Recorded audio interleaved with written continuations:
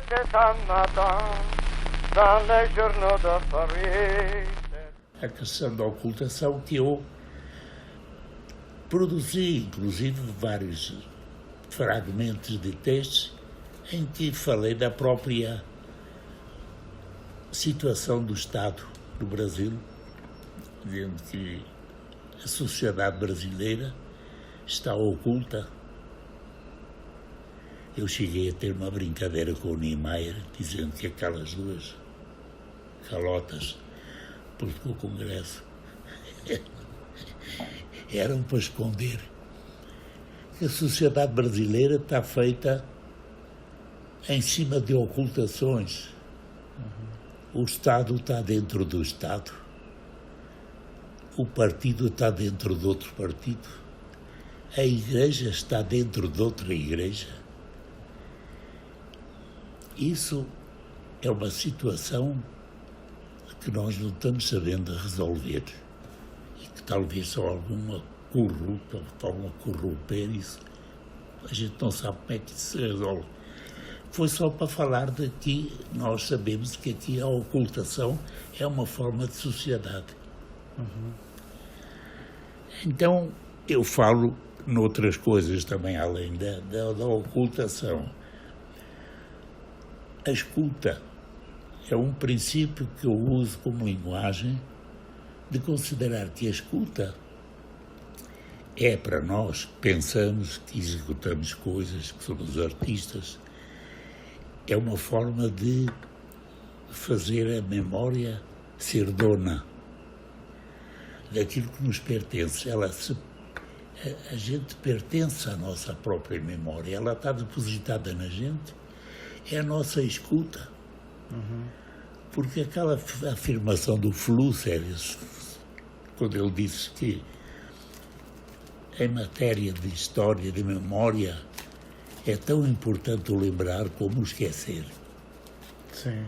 E que realmente eu parti de pensar que não tem nem dúvida que o que é mais importante é o que se esquece. Porque quando se esquece, aquele é o espaço de quem sabe o que é que está esquecido, faz disso o que quer e torna ao poder. Então a escuta é a nossa defesa, a nossa própria memória que vem e corrige isso. Ela não deixa. A memória não deixa ser esquecida. Sim, sim. Bom, então essa é uma das formas que eu tenho também de ir pensando, é a escuta. E a escuta é, se a gente quer fazer ou alguém quer fazer uma aproximação com arte, a primeira coisa que tem que fazer é ter a escuta. O que é que a gente vê quando o Picasso mostra a Guernica? É ele que está escutando a Guernica? Não. Ele escutou a Guernica dele. É aquele que está passando para nós. Quer dizer, que a Guernica se tornou uma escuta viva que passa na memória. Torna-se real. Depois de ser memória geral, coletiva, ganha uma força secundária. Quer dizer, volta a ser outra revolução. Então tudo isto parece que eu sou o cara que é considerado aqui na família como o cara que só fala, está falando pelos cotovelos, não para. Mas tudo isso exatamente eu acrescento nesta sequência toda de trabalho, como se estivesse fazendo memórias dessas ideias, em que só isso significa, não tem nenhuma história, não vem dizer assim, não, isto é o 7 de setembro. Não tem história. É nascido na própria imagem. É acreditar no Humberto Eco, quando ele fala da obra aberta, que a obra só é pronta quando a gente a olha. Não é? Primeiro é que ele faz, depois é que a gente vê. Observa. Então eu acho que isso é importante, ter esse princípio de que o que as pessoas estão vendo do que tu fizeste, do que tu escreveste, é que é a maneira de fechar a tua obra. É que torna isso uma coisa inviolável. Não tem resistência, não tem crítica. Não tem regresso, né? Termina até a crítica, não há possibilidade de dizer o mas, não existe. Entre o sim e o não há um talvez. Tem coisas que não existem. A própria linguagem, que é a primeira coisa que a gente deve aprender, é a linguagem. Então, estou rodando à volta para te dar um pouco de luz sobre qual é o conjunto dessas imagens. Quer dizer, não é uma história, é apenas um instante de que eu tenho falado muito ainda ontem, aqui, a propósito da exposição. A Roseli obrigou-me, fizemos uma filmagem, a fazer uma fala. Então eu comentei sobre a exposição, para ser lida lá, está gravado, o que é que significa o instante. O instante, o momento. O instante é o flagrante, é o gesto imediato de uma fotografia, que já não é o primeiro, porque o primeiro olhar é que foi um instante. A fotografia já é um instante do olhar da fotografia e vai embora. Quer dizer, então, eu fiquei falando bastante sobre o que é que na nossa exposição as pessoas podem olhar sentindo que a qualquer instante eu posso ter pensado isto ou aquilo ou aquele outro, mais ou menos do que eles são capazes de pensar mais do que eu, do que estão vendo. Quer dizer, pensar é um grande avanço sobre o que se vê. Pensar chega a ser pouco, não é? O pensar faz o burro, é o que faz o burro. Então, soltei essa ideia de ajudar as pessoas a ter do meu lado uma ideia de que ali anda navegando assim uma espuma solta daquilo que a gente pensa que não se vê, que existe. Eu tenho no texto aí, agora que eu vou fazer uma espécie de uma confissão minha do meu comportamento como homem, para a minha escritora que está fazendo a minha biografia, passar o mais possível aquilo que eu me sinto que eu sou e que eu aprendi nos últimos anos dos meus desesperos e pesadelos, o que significou para mim eu saber que não, afinal, muitas vezes não fui aquilo que eu pensava. E não estou a fim de querer corrigir. Não é essa a questão. Então, tudo isso eu estou fazendo agora a propósito de uma declaração que eu vou juntar a um texto que está no livro aqui, que é muito afirmativo sobre a minha situação física, doentia, tudo, quer dizer, exatamente, só lendo, como uma coisa de uma violência, mas lendo dá para entender, e eu junto a isso a minha carta, para dizer que eu fui traidor mesmo. Eu traí, eu deixei a minha mulher com 3 filhos, e depois fui viver com a minha mulher, com 2 novos filhos, 2 famílias, que eu falo que tenho 5 filhos, 2 sogras, 5 netos. Então, eu quero retratar isso para mostrar para o meu filho o que eu penso do amor que a minha filha tem uma carta que ela me mandou agora, que é a mais sensível das minhas filhas, me sentir desprotegida, a falta de amor. Não? Então eu estou tentando lhe explicar que ela fala da minha mãe, por exemplo, e eu já comentei que eu, na minha idade hoje, eu sei que fui um mau filho,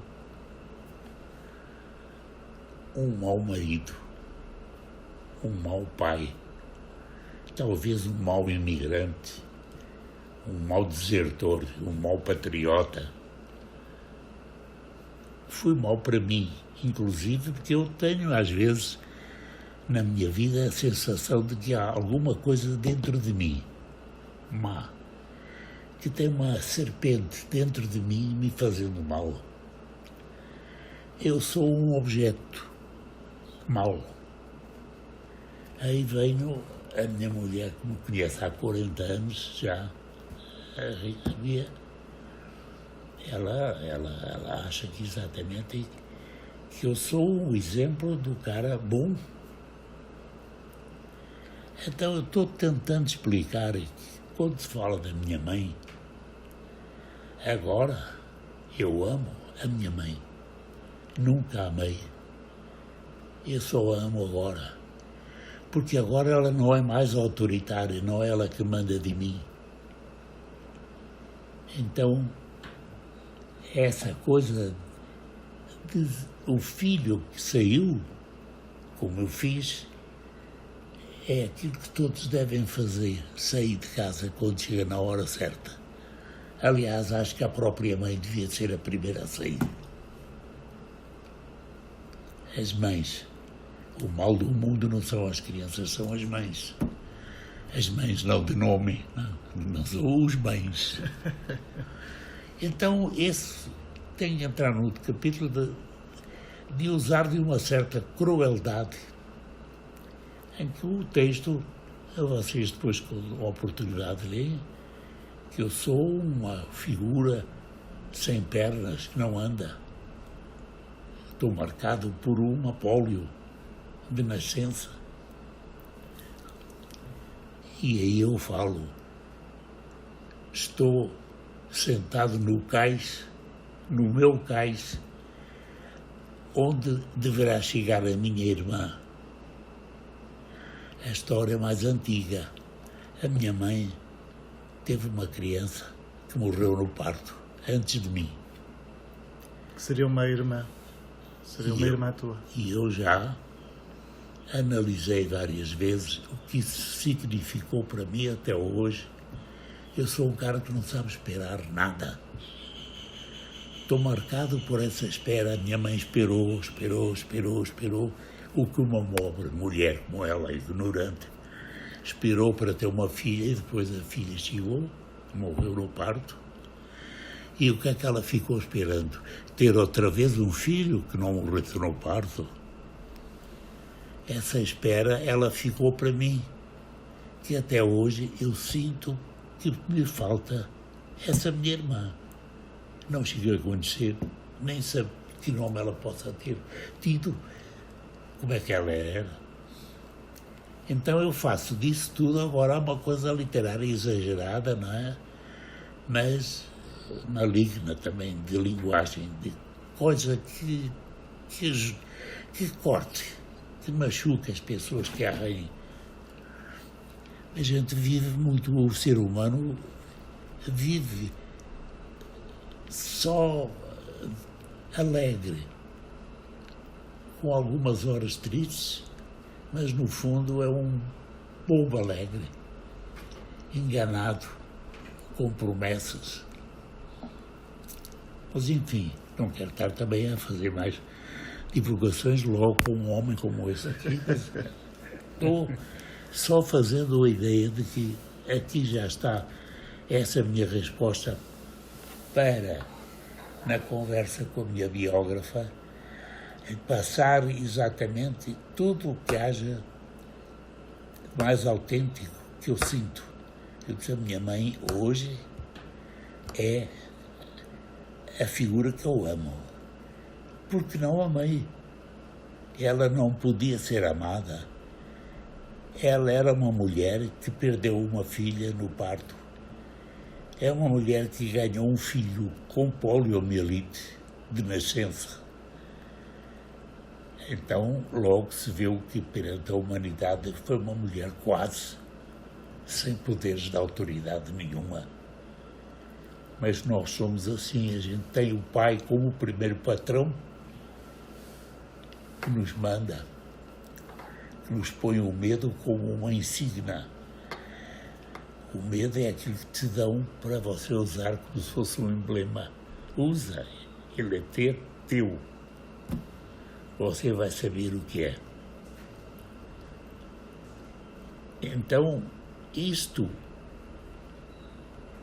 em certa altura eu digo, eu confesso a vocês, todos meus filhos, eu nunca deixei de amar vocês. Eu estou amando agora que não tenho vocês comigo. E sabe por que é que eu amo vocês? Porque eu acho o amor uma coisa mais importante do que o amor é alguém nos pertencer. E vocês nunca deixaram de pertencer, nem eu pertencer a vocês, mesmo quando vocês não estão perto. Porque a gente nem faz essa falta que pensa. Fazer falta é uma questão de horário. Você pode até ter esquecido o relógio e já esqueceu o filho. Com vocês, eu sei que eu sou o homem que tem um coração com uma pedra dentro. Eu sou uma pedra com um coração dentro. E saber se interessa. A mim, isto é a minha pedra, a pedra que eu tenho no meu caminho. Todos nós temos uma pedra.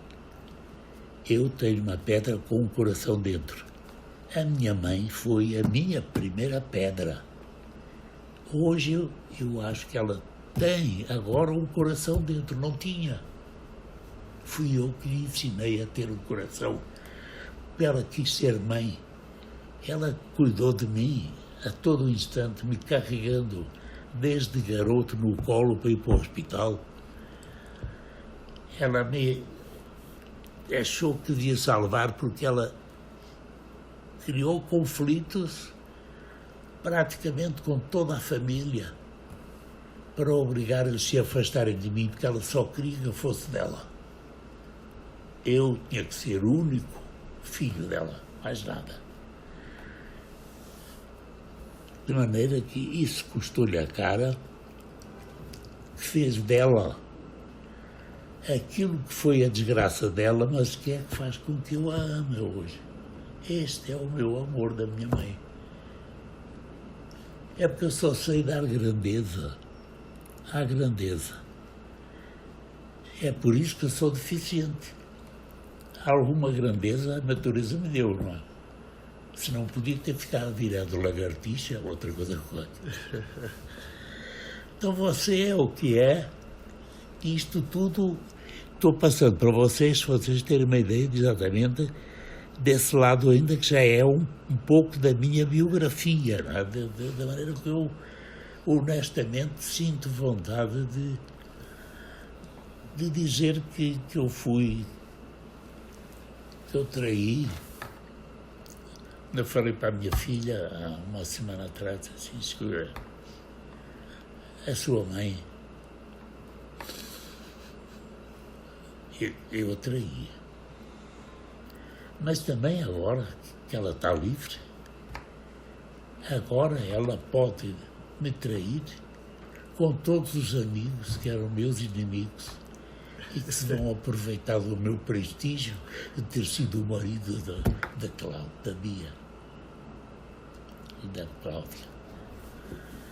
Então você vê, misturar os pés pelas mãos até como meio maldoso, não é? Mas as pessoas gostam também de, não é? Tu sabes isso melhor que eu. Como a gente embaralha as pessoas dentro do baralho. Elas pensam que estão descartadas, estão vivas, não é? E é isto. Mas sabes uma coisa? Já falei demais. Mas... Eu acho pela minha experiência, que te conheço já há uns anos, a imagem que tens duríssima da tua pessoa, sim, precisa de ser amenizada por uma ternura tremenda. Porque tu és das pessoas que mais me prestigiou, buscando-me, honrando-me com a tua presença. Eu que era um moço jovem, um escritor só aparecendo, e tu tiveste a grandeza humana de te abeirares de mim e de ofereceres a tua amizade sem que eu tivesse nada para te oferecer. Estar virando no lugar certo, não é? É quando se encontra a luz, não é? É. Você, quando você descobre alguém, esse é o verdadeiro amor, é você descobrir que não há escuridão. É que exatamente tudo é que é inteligente, é luminoso, é claro, é transparente, vai ao encontro. A gente não se engana, tanto como a gente pensa. Ah, me enganei como fulano, não engana não. A gente só se engana se quiser. Não, eu contigo, evidentemente, não preciso te explicar tintim por tintim, mas até o mesmo que eu não te conheço. Eu não li todas as tuas coisas, a tua parte agora da poesia, por exemplo, não consegui ainda ler tudo, não é? Eu li os teus livros todos, quer dizer, não sei mais da tua vida do que isso, ou isso é suficiente, não, quer dizer, o que importa é que a tua aura, o teu envolvimento, aquilo que eu chamo curva, uma das coisas que eu também tenho dado como uma tese, autotese, chamada curva. Nós somos uma curva. A própria morte não passa de uma curva. Porquê? A vida é plana? Também não é. Agora parece que a própria Terra está em discussão. O globo. Pois é. A curva é esse grande gesto que nos faz permanecer. É aquilo como foi inventado o movimento do relógio, da bússola. É o tempo de viagem do Sol para chegar à Terra, os milhões de anos. É a demora. A demora é uma curva. Se fosse uma reta, chegava na hora. É? A gente tem essa curva toda vez que viaja. Tu estás indo de avião, tens uma curva de 2 horas. Entras nessa curva consciente de que é que se passa contigo nessas 2 horas.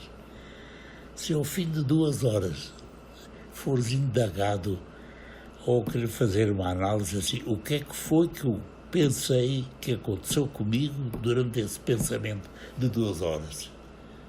Quantas coisas, quantas imagens de algum pesadelo que não podia sair, ele não estava no lugar para sair. Sim. Porque a gente tem lugar para sonhar também. É verdade. Não é? É verdade. O teu lugar para sonhar é escrever também, é quando escreves. Não é o lugar, é o espaço, a distância. A deslocação, não é? O quanto nos podemos deslocar. Essa distância que no campo da arte é fundamental, porque é a distância do gesto. Todo gesto tem uma distância. O gesto que eu te dou de um abraço não é o mesmo gesto de cortar uma maçã. O gesto tem um sentido sobre.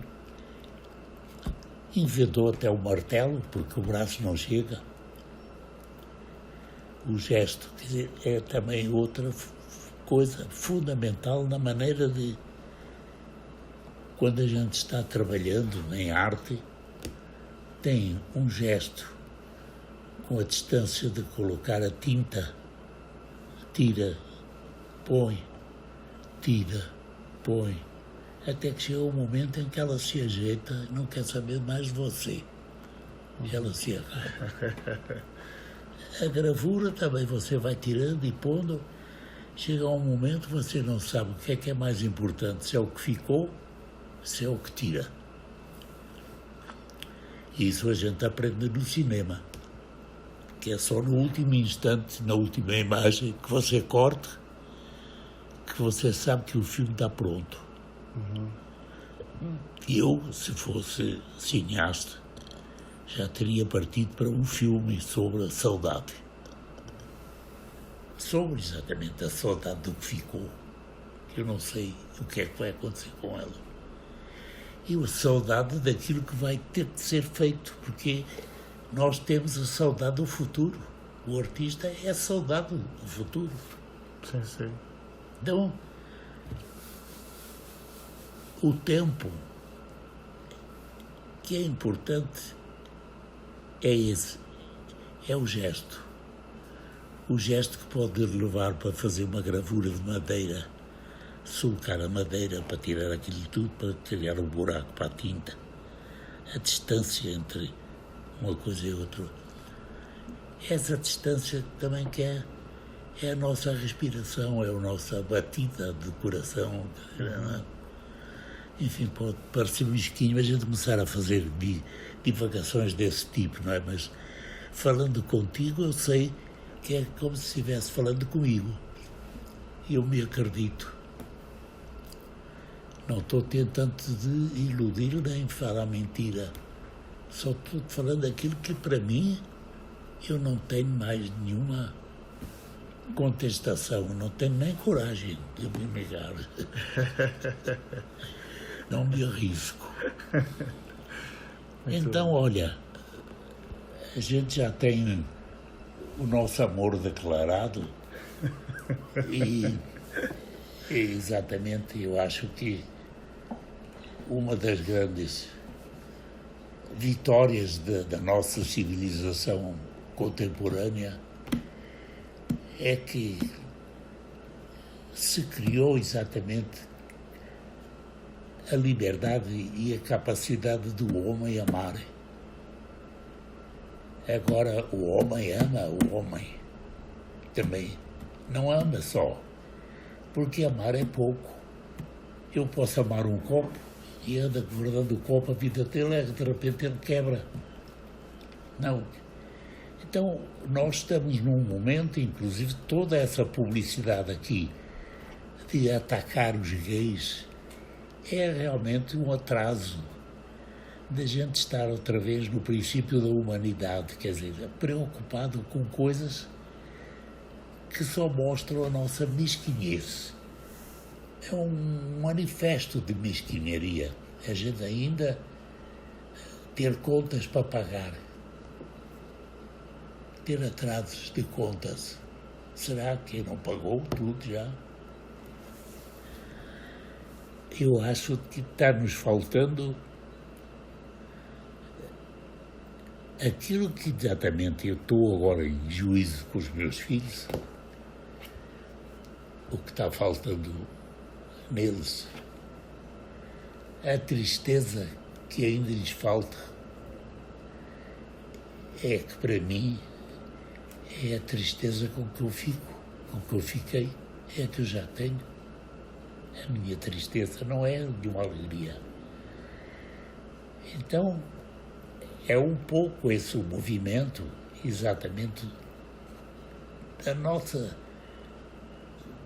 espera.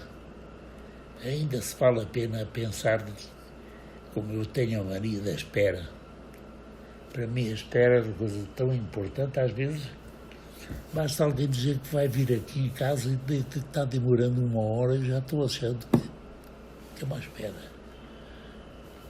A espera é uma coisa que mexe comigo, não é? Coisas de serviço, às vezes, de trabalho, que eu mando fazer, não trazem na hora e eu já fico puto da vida. Eu estou preciso disso aqui. Então eu resolvo, eu fazer muita coisa, eu faço, que não é porque só eu sei fazer, é porque não espero que os outros façam. Isso levou a minha deficiência a querer mostrar que eu não era só deficiente, que eu também era capaz de fazer coisas que os outros fazem, mesmo não era para ser melhor, mas era para não ser só aquilo. Você não pode ser só deficiente, como também não pode ser só glorioso. Você não pode ser só famoso, célebre, tal, nem gênio. Gênio não existe mais. Os gênios são bons quando depois de mortos, porque quando estão vivos são chatos. São todos uns chatos. Então, voltando à vaca fria, se é que a vaca é um gênio, nós estamos à volta de assuntos que implicam em momentos de atividade nossa. Tu estás escrevendo, eu estou pintando. Nós estamos assim, a bordo de algum... Não tem mais caravelas. Então nós estamos a bordo. Eu não posso andar a pé também. Pus até um marca-passo para não ter que andar a pé. Só não posso andar descalço, porque aí pego gripe. E estou muito... Este momento último do meu trabalho, que envolveu toda essa ida para Portugal com todas as exposições juntas, e mais livros, e mais filme, e mais o metrô que eu vou fazer no metrô, e mais um filme, e mais uma coleção de fotografias do Japão ainda estou pensando no Japão, onde eu andei 2 vezes. Agora tenho que lembrar as fotos todas do lugar onde elas estavam, eles querem saber. Imagina se eu vou saber o nome agora da rua de Tóquio. Não é? Mas tudo isso começou a mexer comigo de uma maneira que me mudou. Eu estou sentindo, inclusive, toda esta força agora ligada aos meus filhos e à biografia, com o meu passado presente, com aquilo que não é o passado, é o que estou passando. Estou passando por mim, a limpo. E deu-me força, tudo isso deu-me força ao teu livro, a gente se conhecer. E o lado de que ele veio, esse livro não podia vir de outro lado, não é? Ele já andou na mão de 2 editoras, no princípio, ligado aos cadernos de poesia, porque nessa altura eu fui apenas o cara que apareceu porque não tinha mais ninguém. Não, o Jorge de Sena defendeu-te. O Jorge de Sena não era homem de trabalhar com qualquer coisa, nem com qualquer um. Sim, claro, de qualquer maneira, mas eu era jovem e, de certa maneira, o que é sintoma de uma grande confiança, não é? Se você ser jovem, é preciso ser muito confiado pelas pessoas, porque você ser jovem pode ser uma brincadeira. Mas só quem é sério pode se dar ao direito de brincar. E a gente às vezes só é sério quando já chega nos 93 anos. Então falando demais, porque já brinquei 2 vezes, quando eu falo, que a minha fala já vã na minha cara, assim, em palestra, assim, o Fernando Lemos fala pelos cotovelos.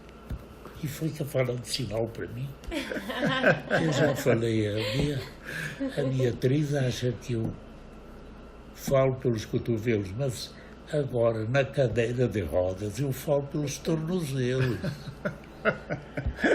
Mas achas fundamental que ela, por exemplo, hoje esteja o dia inteiro a trabalhar para nós podermos ter esta conversa seguida sem interrupções? Que ela se estivesse aqui ia estar abreviando tudo. Já queria falar essa frase. Já teria abreviado tudo.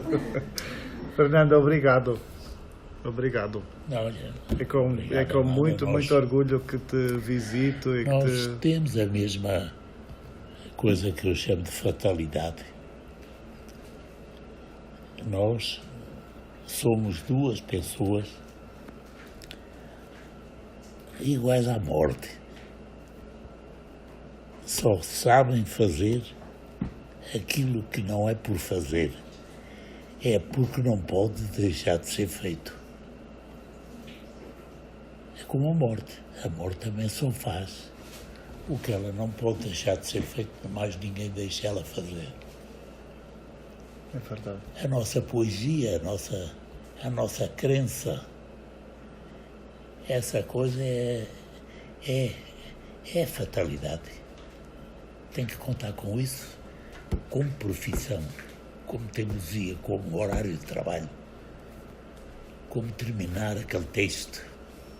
Não é nem terminar, como começa. Tens razão. Eu toda vez que tenho alguma ideia que me vem à cabeça, a primeira coisa que eu penso é: isto é o princípio do quê? E é por aí que eu vou. Eu não quero pensar no fim. Não deve nunca pensar no fim de nada, porque a revolução continua, não acaba nunca. Você tem que ter princípio para ter ordem, para ser você mesmo, senão você está principiando outra coisa de alguém, alguma experiência ficou esquecida. Você só se pode lembrar do que você lembra, não aquilo que foi esquecido pelos outros. A gente, de repente, não está se preocupando de se lembrar do Shakespeare. Quero lá saber do que ele pensa. Isso é o problema dele, não é? Não vai me servir de nada. Mesmo que eu leia, eu não vou me tornar um especialista em lê-lo. Ninguém pode ser especialista porque leu o Shakespeare. Pode se tornar uma paixão por tudo o que esteja lá. Mas não é só o que está lá, é o que falta. Amor é aquilo que falta, não é aquilo que a gente acha que a gente tem. É aquilo que ainda falta, você só... É como a realidade. A realidade também não existe. Ela só existe quando você vai lá, coloca mais uma sementezinha para ela crescer como uma árvore. Senão não existe, não. As pessoas dizem, não, a árvore, a realidade é a realidade. Então o amor também não é exatamente essa não é uma lenda, não é uma marca registrada. O amor é muitas vezes até um problema de cartório, não é? Acaba mal. Acaba mal. C'était un matin dans les journaux de Paris.